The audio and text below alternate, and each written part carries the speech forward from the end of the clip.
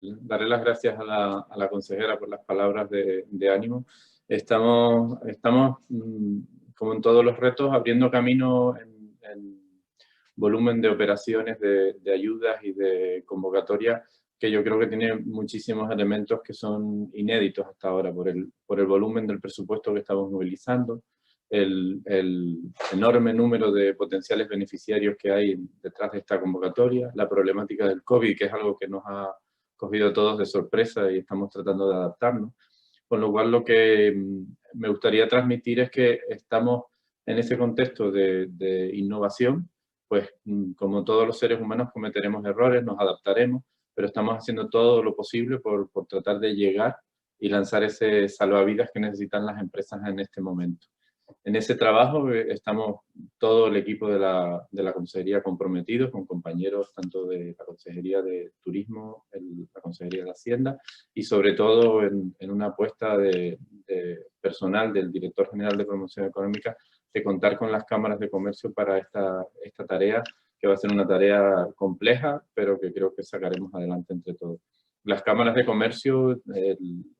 por primera vez, van a abonar subvenciones de la Dirección General de Promoción Económica y del Servicio Canario de Empleo como organismos colaboradores, y en ese reto estamos trabajando para que fluya toda la convocatoria y que de la manera más ágil llegue a las empresas, que es lo que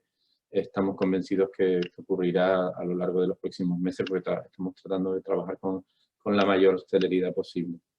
A mí me gusta empezar porque mi base de formación es jurídica y me gusta recordar algo que es importante cuando estamos hablando de una norma legal, y es cuáles son las normas de interpretación jurídica, porque para mí son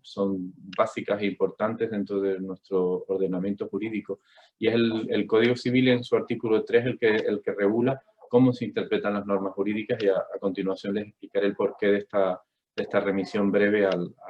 esta fórmula interpretativa de nuestro ordenamiento jurídico. El artículo 3 del Código Civil dice que las normas no solo se interpretan por el sentido propio de sus palabras, sino también en relación con el contexto, la realidad social del tiempo en el que han de ser aplicadas y atendiendo al espíritu y finalidad de las mismas. La tentación de cualquier persona que se enfrenta a una norma jurídica es atender al sentido propio de las palabras y quedarse ahí. Pero esta norma, este decreto ley, debe ser interpretado en el contexto que estamos viviendo. Estamos lanzando unas ayudas complejísimas, trabajadas en tiempo récord. Este decreto ley, pues, no les sabría decir, se basaba en una convocatoria que habíamos trabajado en los meses anteriores, pero el decreto ley puede haber tenido 3 semanas, 4 semanas de trabajo. Siempre habrán cosas que interpretar, siempre habrá que contextualizar la norma, y ahora los artículos que les voy a citar, voy a intentar compartir pantalla para que los vean, son la clave de todo el proceso. O sea, ahora, tanto Emiliano Santana, su director de Economía Social del Servicio Canario de Empleo, que les hablará de la línea 1 y de los detalles de cómo va a funcionar la línea 1, como Aridian Vera, que es la jefa de sección, que les va a hablar de la línea 2, que trabaja con nosotros en promoción económica, entrarán en detalle, que deben ser siempre puestos en contexto. El contexto de la realidad de las empresas, la complejidad de la cotización a la seguridad social, los asalariados, el concepto de volumen de operaciones, etcétera, etcétera, etcétera, de cuestiones que son complejas de aplicar y que deben ser puestas en el contexto de la norma. Lo que me interesa compartir con ustedes es el artículo 1.3 del decreto ley, porque ahí está la base de lo que estamos haciendo y cómo debía interpretarse la norma en su conjunto. Les leo textualmente, no me gusta leer textos, pero yo creo que es importante leerlo entero para que tengamos una idea clara. El artículo 1.3 del decreto ley nos dice que la finalidad de estas subvenciones es apoyar los negocios y actividades económicas de las personas trabajadoras autónomas y pequeñas y medianas empresas como medida de protección y soporte ante las negativas consecuencias económicas generadas por las medidas adoptadas para luchar contra la crisis sanitaria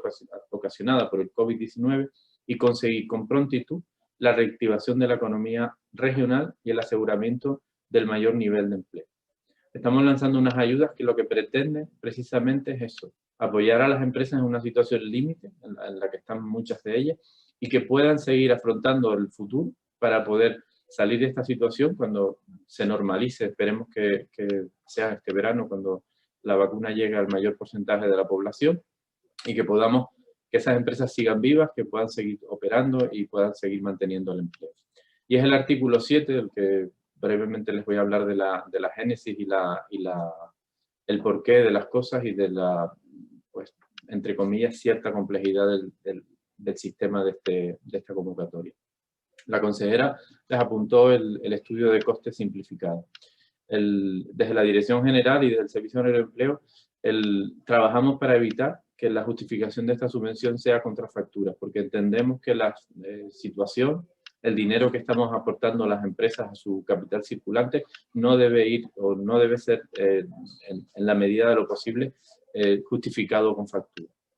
¿Por qué? Porque eso generaría una problemática dense cuenta que estamos hablando de un listado de actividades subvencionables de IAE que podía estar en torno a unas 80 o 90.000 empresas. La realidad de cada sector, la realidad de cada empresa, hacía inviable que pudiéramos trabajar con facturas, y el Tribunal de Cuentas Europeo ya le ha dicho infinidad de veces a la Comisión Europea, esto vamos a tratar de certificarlo al Fondo Extraordinario REAC-EU de la Unión Europea, que no puede enterrar a las pymes en facturas, enterrar la gestión en facturas, porque estamos hablando de miles y miles y miles de documentos.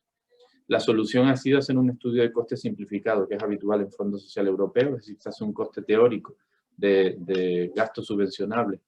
de las empresas de estos sectores, que ese estudio lo ha hecho el ISTAC,